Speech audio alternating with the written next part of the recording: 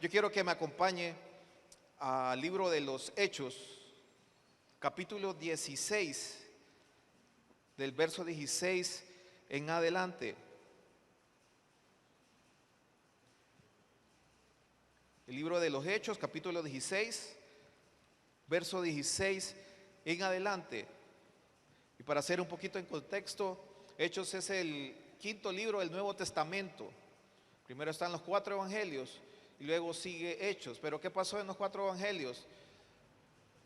Desde el Antiguo Testamento se había anunciado que venía alguien, que venía un Mesías, que venía el Salvador. Había una promesa, había una palabra, había una profecía de que alguien iba a nacer. Y nació nuestro Salvador, nuestro Señor Jesucristo. Y la historia de nuestro Señor Jesucristo está narrada en los 4 evangelios. Pero terminan los evangelios y comienza el libro de los Hechos, el quinto libro del Nuevo Testamento, el Hechos de los Apóstoles. Aquellos que habían caminado con Jesús, aquellos que habían visto a Jesús obrar, tenían una esperanza, tenían una expectativa. Ellos sabían que venía un Mesías, pero ellos estaban oprimidos por el imperio romano, estaban bajo el yugo romano. Y ellos tenían esperanza de que ese rey, ese Mesías que venía, fuera un rey terrenal, que viniera con ejércitos, que viniera con armas, que viniera con ese tipo de cosas naturales que ellos estaban esperando. Pero a cambio lo que vieron de Jesús fue alguien que nació, fue alguien que fue crucificado, que fue entregado, que fue crucificado. Pero también vieron que ese mismo que fue crucificado, que fue puesta una tumba sobre fue puesta una piedra sobre su tumba, también ese mismo Cristo lo vieron resucitado. Ellos vieron sus marcas, ellos vieron su cuerpo lacerado. Entonces las expectativas de ellos que les cambiaron, tanto de los discípulos como de los judíos, que pudieron ver y presenciar los mensajes, pudieron ver los milagros, pudieron ver las obras que Jesucristo iba. Pero yo me imagino, imagínese usted, la esperanza de ellos en una cruz, la esperanza de ellos tras una piedra, pero imagínese el asombro de verlo a Él resucitado, de verlo a Él levantado, que lo vieron ascendiendo al cielo. Y cuando Él, antes de morir, les había anunciado que era necesario que Él se fuera, pero le dijo: no los voy a dejar solos. Y qué maravilla, yo me asombro cómo es Dios, porque la hermana Delfina en su oración inicial decía que no estábamos solos. Y leyó Isaías 41, donde dice: yo soy tu ayudador. Y no estamos solos. Yo le digo, hermano, que usted no está solo. En estos momentos usted no está solo. En momentos difíciles, en momentos de prueba, en momentos de angustia, en momentos de tempestades, usted no está solo, porque dejaría con nosotros el Espíritu Santo sobre nosotros. Y el capítulo 1 de Hechos comienza con la ascensión de Jesús al cielo. 2 hombres lo vieron con túnicas blancas, lo vieron ascender al cielo. Y en el capítulo 2 vieron la venida, las manifestaciones del Espíritu Santo sobre ellos, hablando nuevas lenguas. Unos se burlaban de ellos, otros se asombraban, otros creían que estaban tomados. Pero era la manifestación del Espíritu Santo, el cumplimiento de la promesa de Dios sobre ellos. Imagínense, después de Pentecostés, el primer discurso de Pedro, 3,000 personas aceptaron el mensaje de Jesucristo. 3,000 personas se unieron a la iglesia. Y qué maravilla es que Jesucristo se multiplicó en 11. Esos 11 en 120, esos 120 en 3,000, esos 3,000 luego fueron 5,000. Y así el evangelio se fue aumentando, se fue expandiendo, hasta que un día el evangelio llegó hasta estas tierras, hasta este continente. Y es una maravilla. Y yo me asombro, y también es un desafío para mí, para nosotros como iglesia, que Jesucristo hizo su parte. Los discípulos hicieron su parte, los apóstoles hicieron su parte, la iglesia primitiva de aquellos entonces hizo su parte. Pero ahora nos toca a usted y a mí hacer nuestra parte. Y yo quiero, ya que estoy como dando el preámbulo, de la iglesia primitiva, hablarles un poquito. La iglesia primitiva tenía algunas características, voy a nombrar 4 rapidito. Era una iglesia de oración. La iglesia era una iglesia de oración. En el capítulo 1 de Hechos narra que tenían que escoger, como Judas se quitó la vida, había que escoger el otro discípulo. Y ellos no hicieron una votación, ellos oraban. La iglesia primitiva era una iglesia que oraba. Cuando Pedro y Juan fueron llevados ante el concilio, ellos recibieron amenazas de muerte. ¿Y qué hacía la iglesia? ¿Qué hacían los demás? Oraban para que ellos con denuedo pudieran, aún ahí en el concilio, pudieran predicar la palabra de Dios.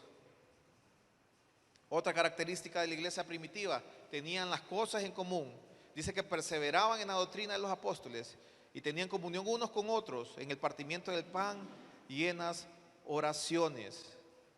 Otra característica, la iglesia primitiva era generosa.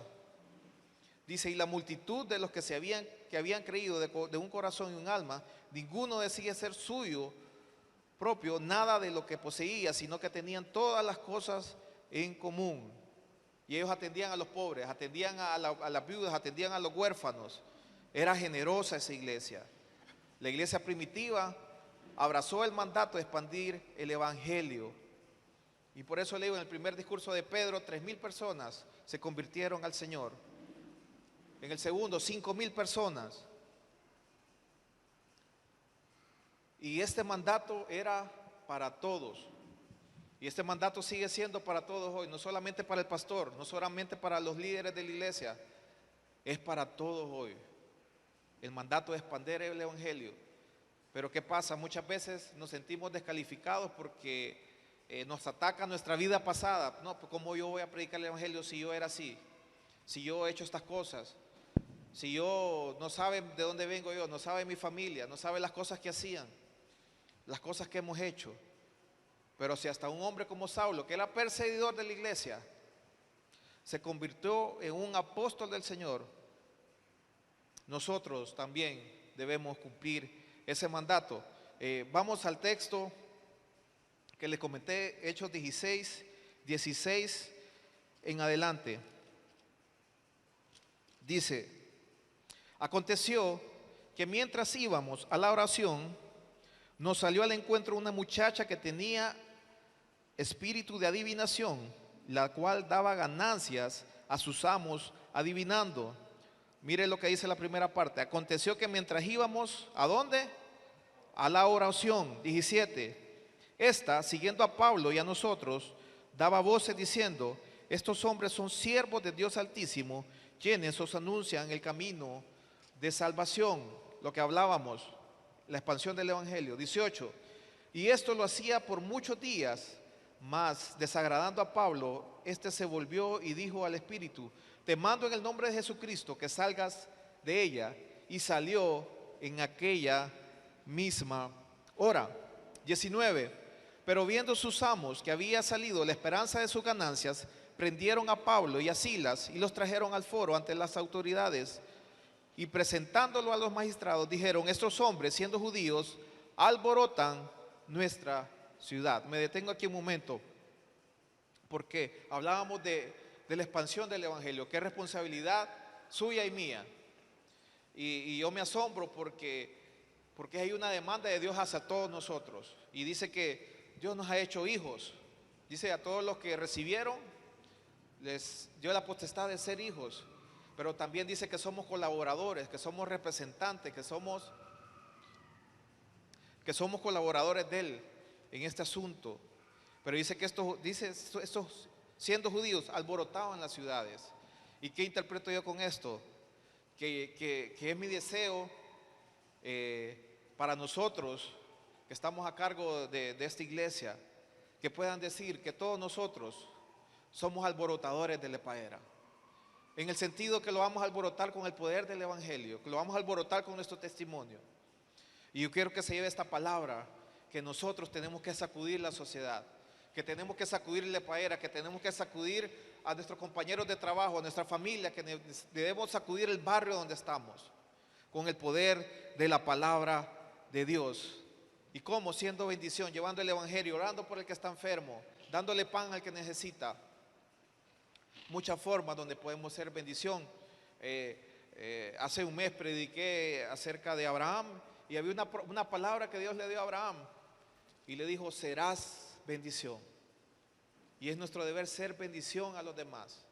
¿Por qué? Porque usted ha sido bendecido por Dios. Sobre usted hay una palabra, le dijo: te voy a bendecir, voy a maldecir a los que te maldijeren, voy a bendecir a los que te bendijeren y serás bendición. Alborotémosle Paera, alborotemos su lugar de trabajo, alborotemos la colonia, alborotemos cada lugar donde usted y yo pasemos. 21. Y enseñan costumbres que no les es lícito recibir ni hacer, pues somos romanos. Y se agolpó el pueblo contra ellos y los magistrados, arrancándole las ropas, ordenando azotarles con vara. Después de haberles azotado mucho, los echaron en la cárcel, mandando al carcelero que se les guardase con seguridad.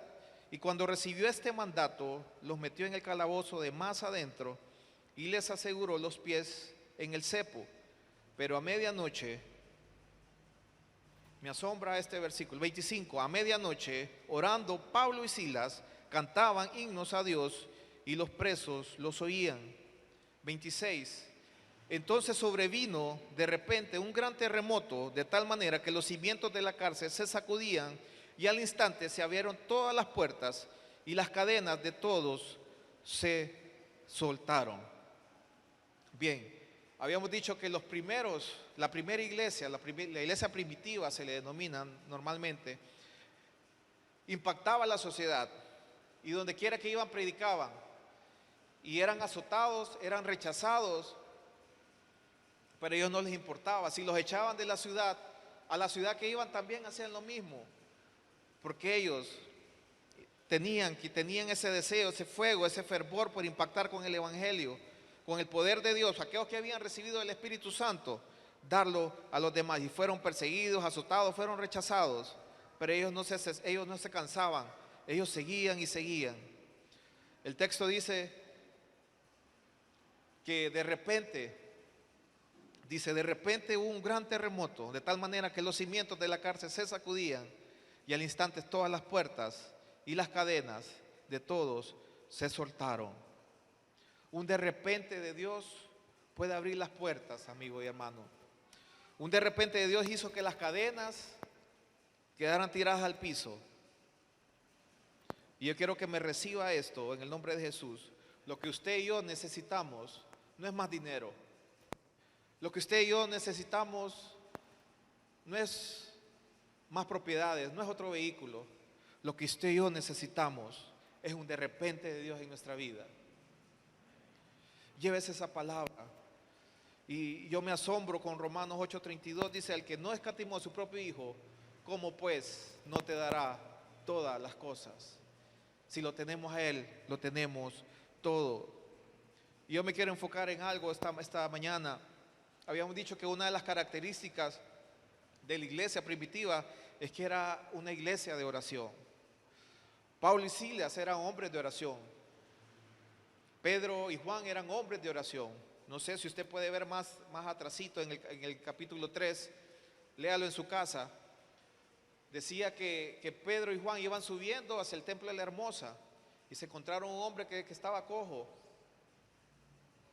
Y el hombre les pedía limosnas. Y Pedro dice que lo volteé a ver y le dije: yo no tengo oro ni plata, pero lo que tengo te doy.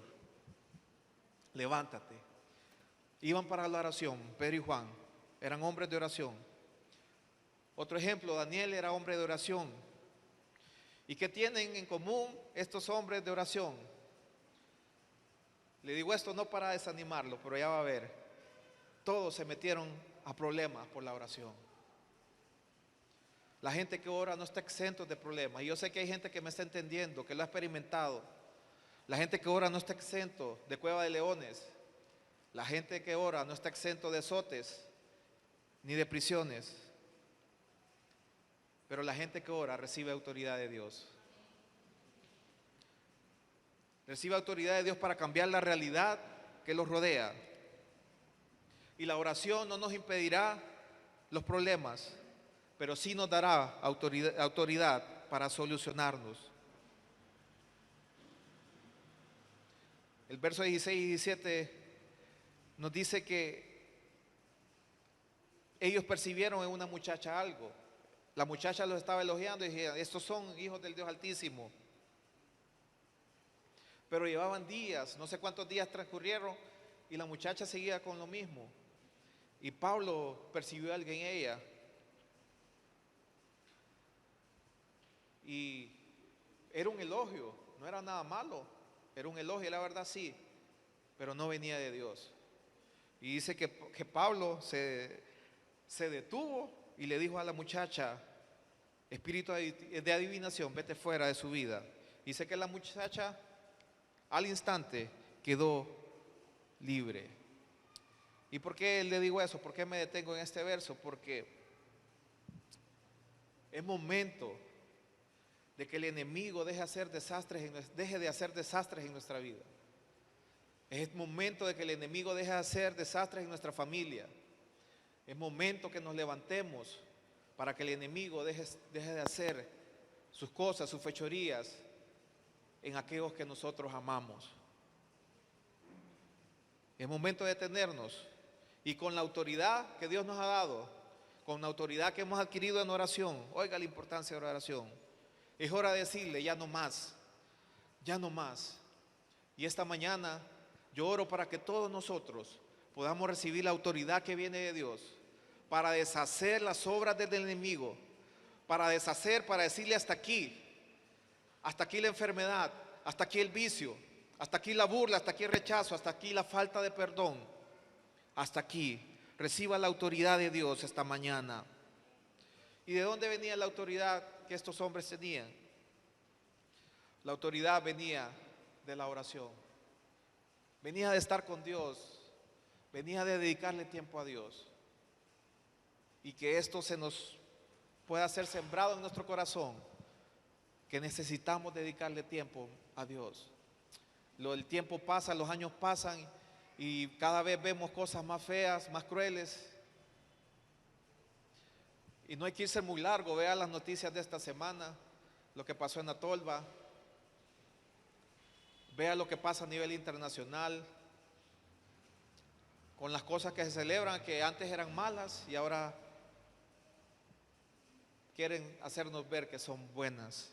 Pero necesitamos la autoridad de Dios, necesitamos pasar con Dios, necesitamos dedicarle tiempo a Dios, empaparnos con Dios. Entre más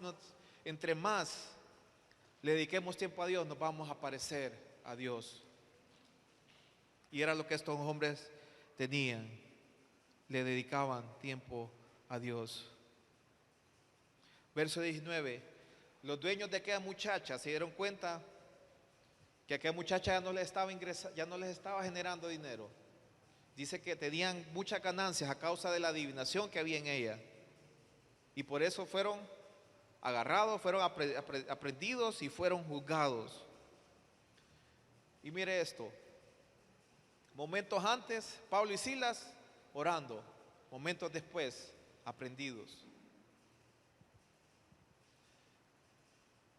¿Y qué le quiero decir con esto? Que no hay que esperar que el problema venga, hay que orar antes, hay que fortalecernos antes en oración, antes de que vengan estas cosas. Pero ¿por qué eran juzgados? ¿Por qué eran aprendidos? Porque liberaron a una muchacha. Siempre que usted ora para que alguien o algo sea libre, usted será atacado. Pero Pablo y Silas no oraron después, oraron antes. En otras palabras, quiero que entienda esto, que antes que la prueba venga, que el ataque venga, antes que la afrenta venga, necesitamos estar cargados de oración. Enfrentarnos a aquellas cosas que hay afuera, que son opuestas a las cosas que Dios quiere.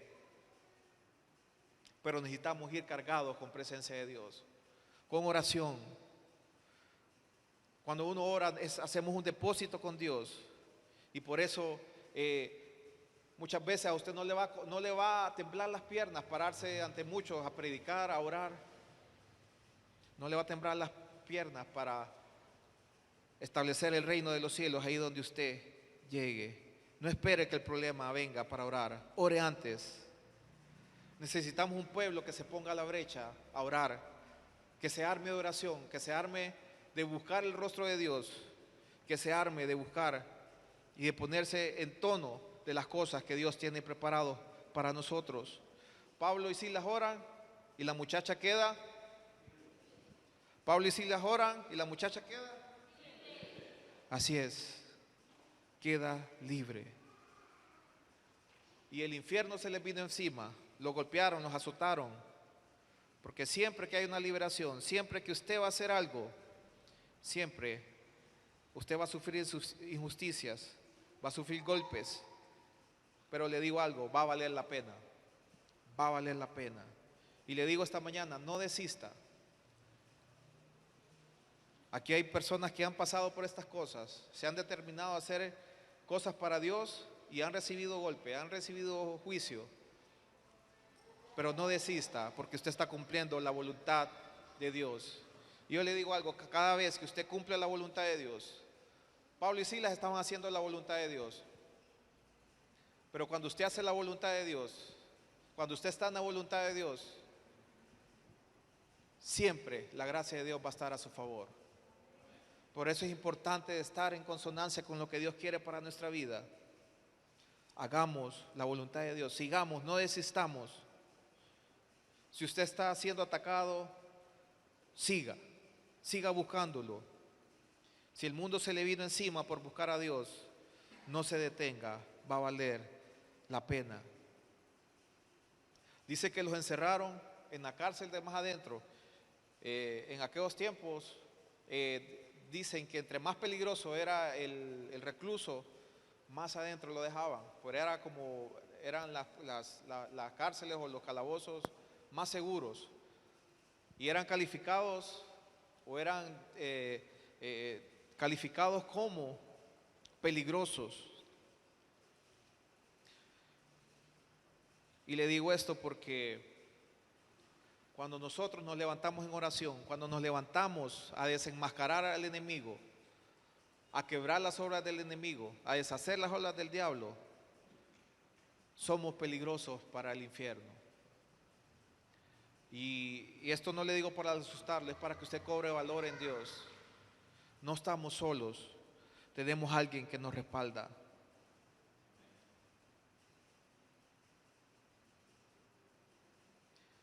El verso 25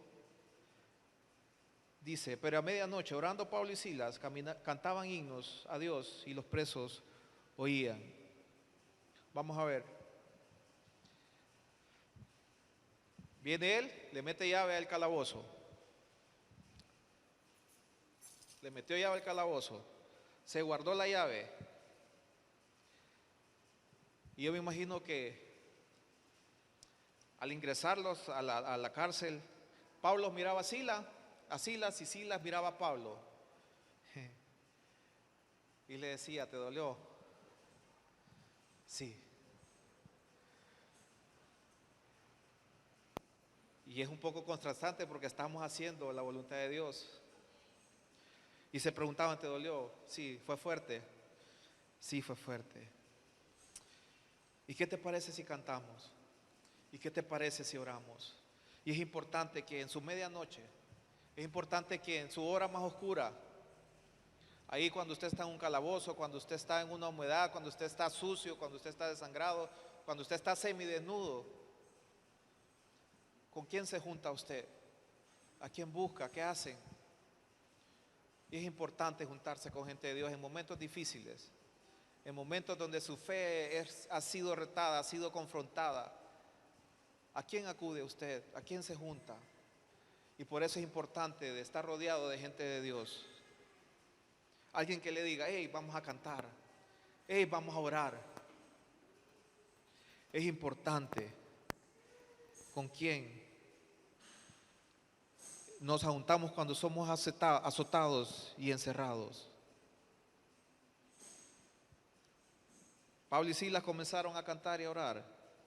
Y a medida cantaban y oraban, el de repente del cielo entró en la cárcel. Y dice que hubo un fuerte temblor. Y este temblor sacudió los cimientos de la cárcel y todas las puertas fueron abiertas. Lo que le quiero decir, ¿quién tenía las llaves de la cárcel? Las llaves de la cárcel las tenía el carcelero. Pero, quienes abrieron la cárcel fue la oración y el canto de Pablo y Silas. Mientras mantengamos la boca cerrada, las puertas de la cárcel van a mantenerse cerradas. Pero cuando abrimos la boca, las puertas, los cerrojos, los candados, los cepos van a ser abiertos. Y por eso es importante que nosotros, conozcamos las cosas que Dios quiere hacer en nuestra vida. ¿Cómo? Por medio de la oración. Las conocemos en su palabra. Las conocemos juntándonos con gente de Dios. Cuando conocemos las cosas que Dios hace, las cosas que Dios ha prometido para nosotros, de nada sirve quedarse callado. Es importante hablarlas, es importante orar, es importante cantar, es importante darle gloria a Dios en todo momento. Mientras usted y yo estemos con la boca cerrada, las puertas van a seguir cerradas. Mientras usted y yo estemos con la boca cerrada, las cadenas, los cepos van a seguir también cerradas. Es importante que mantengamos nuestra boca abierta. Las llaves las tenía el carcelero. ¿Y quién tenía las cadenas? Pablo y Silas. ¿Y cómo fue que los cepos y las puertas se abrieron si las llaves las tenía el carcelero? El carcelero decía: yo tengo la llave. Yo tengo la llave. Pero a ustedes, ¿quién les abrió? Dice que al momento él fue a buscarlos, dice que prendió la luz y los fue a buscar y los vio que estaban sueltos. El cepo era un pedazo de madera donde ellos tenían los orificios para meter los pies, y muchas veces dicen que les metían las manos también. Pero si él tenía la llave, ¿cómo es que aquellos estaban libres? ¿Cómo es que aquellos estaban caminando? Aquel hombre podía tener la llave en la cintura o en la bolsa, pero yo le digo que la llave suya, la llave mía, está en alabanza y en la adoración y en la oración. Y por eso es mi pregunta esta mañana: ¿está usted orando? ¿Está usted alabando, adorando? ¿Está usted? ¿Qué está saliendo de su boca? Mi oración es la llave, mi clamor es la llave, mi alabanza es la llave. El que ora sabe que tiene las llaves para abrir puertas. El que adora sabe que abre puertas. Y por eso es mi deseo, el propósito de este mensaje, para que usted pueda romper cadenas por medio de la oración, por medio de la alabanza, de su alabanza, pueda romper cadenas. Hay libertad para el que ora, hay libertad para el que adora. Y este mensaje yo lo titulé: yo tengo la llave.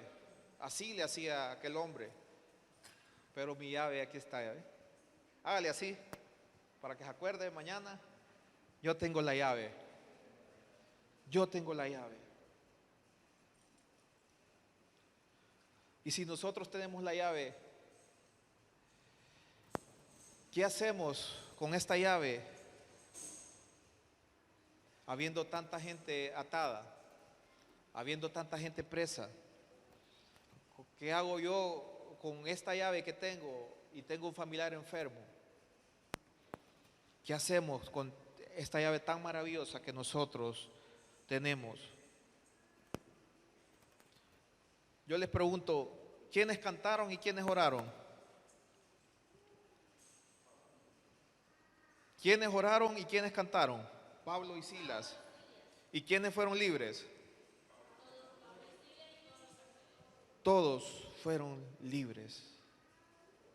Mucha gente será beneficiada con su oración y su alabanza.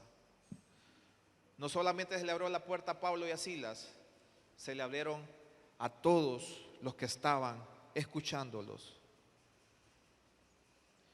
¿Quiénes recibieron los golpes? ¿Quiénes fueron arrastrados, golpeados y encerrados?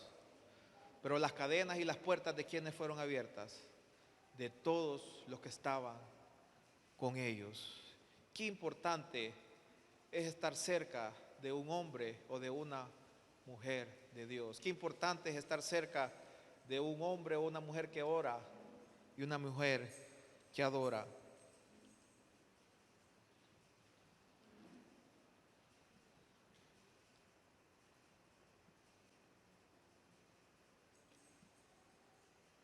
En aquellos tiempos, el hombre encargado de la cárcel era responsable de la vida de los demás. Si alguien se escapaba, él tenía que pagar con su propia vida.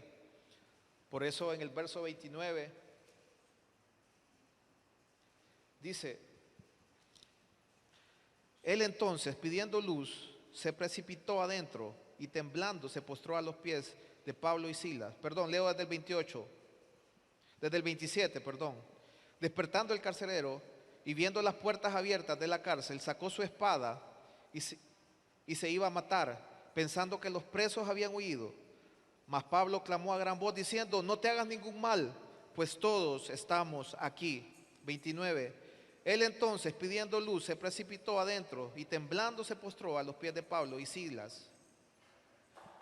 Temblando se postró a los pies de Pablo y Silas. Dice que con el temblor, allá las lámparas no eran lámparas como esta, no eran bombillos, no eran focos, eran antorchas. Y con el temblor, como se sacudió todo, se apagaron todas las antorchas. Y Pablo le dice: no te hagas daño, todos estamos acá. Y la pregunta es: ¿cómo fue que Pablo vio si todo estaba oscuro? Y aquel hombre andaba buscando luz.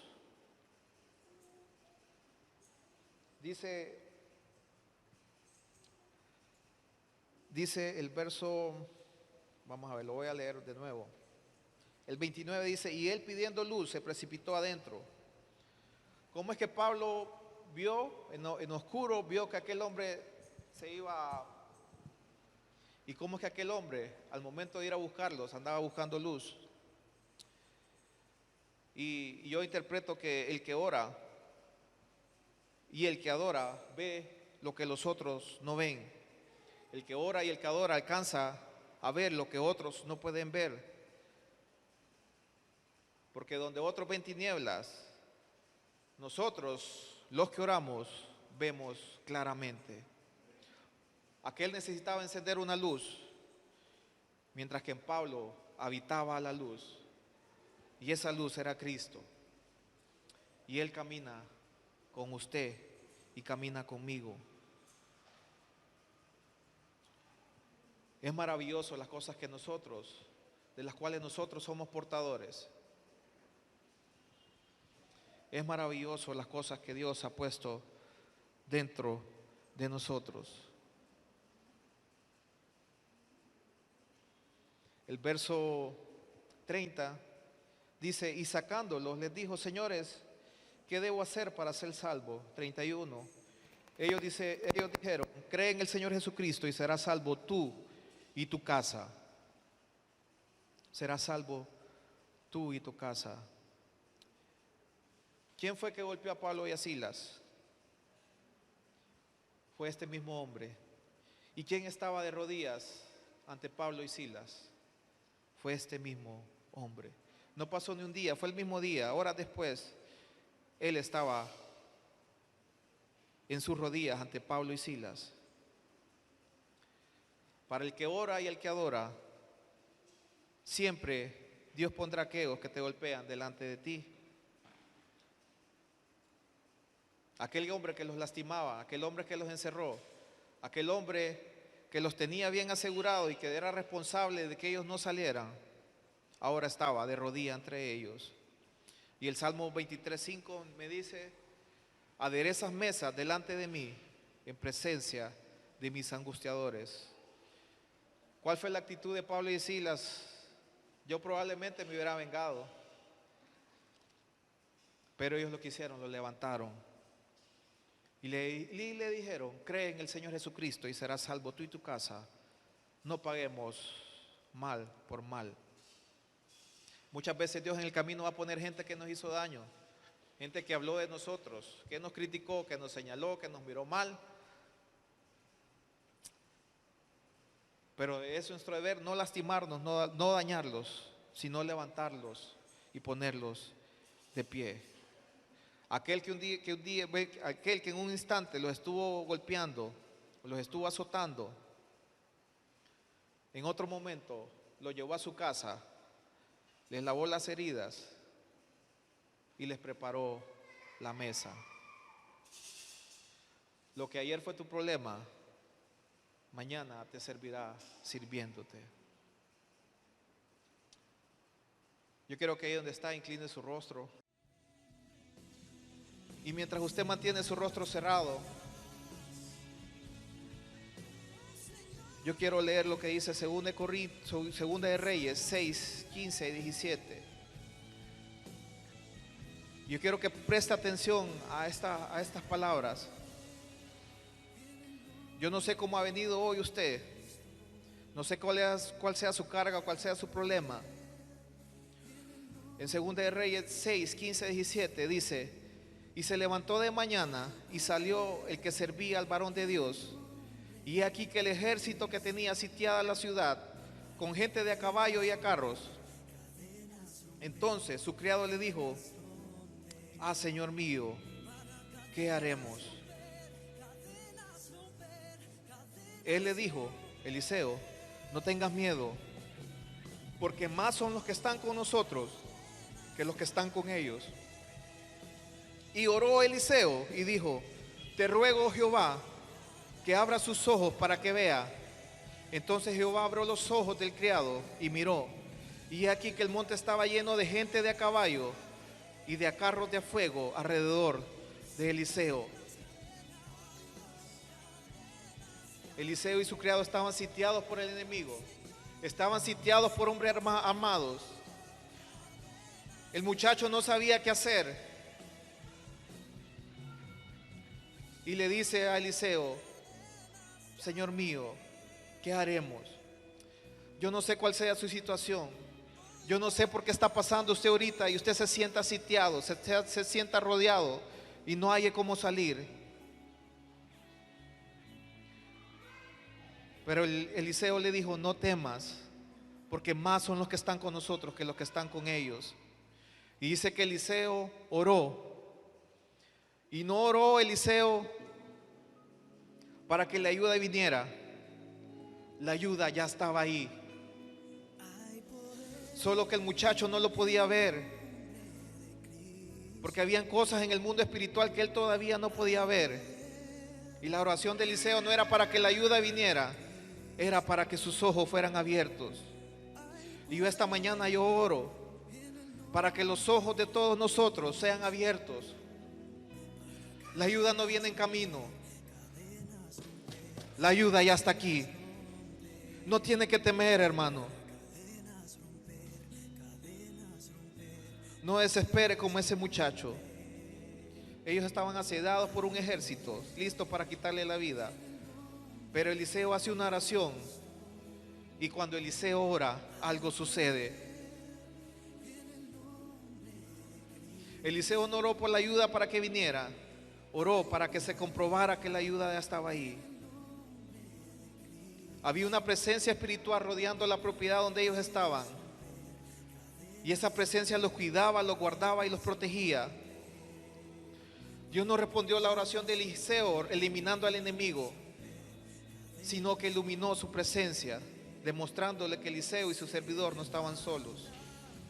Y esta mañana este mensaje ha sido para decirle que usted no está solo, que hay alguien que cuida de usted, que hay alguien que vela por usted, que hay alguien que le ama. y que quiere que sus ojos espirituales sean abiertos. Repito, gente que ora ve lo que otros no ven. Eliseo oró y cuando Eliseo oraba cosas pasaban. Y yo no sé qué cosas usted está poder pasando. Solo usted y Dios lo sabe. Y yo le animo para que usted pueda orar esta mañana por esas cosas. Que usted pueda orar para que las cadenas sean rotas, para que las puertas sean abiertas, para que los cepos que hay sobre sus pies y sobre sus manos puedan soltarlos. Usted no tiene por qué sentirse solo. Usted no tiene por qué sentirse abatido.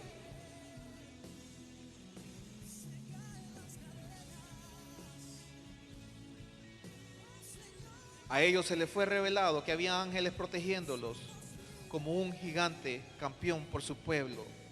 Que la presencia de Dios, yo oro para que la presencia de Dios se nos sea revelado a nosotros.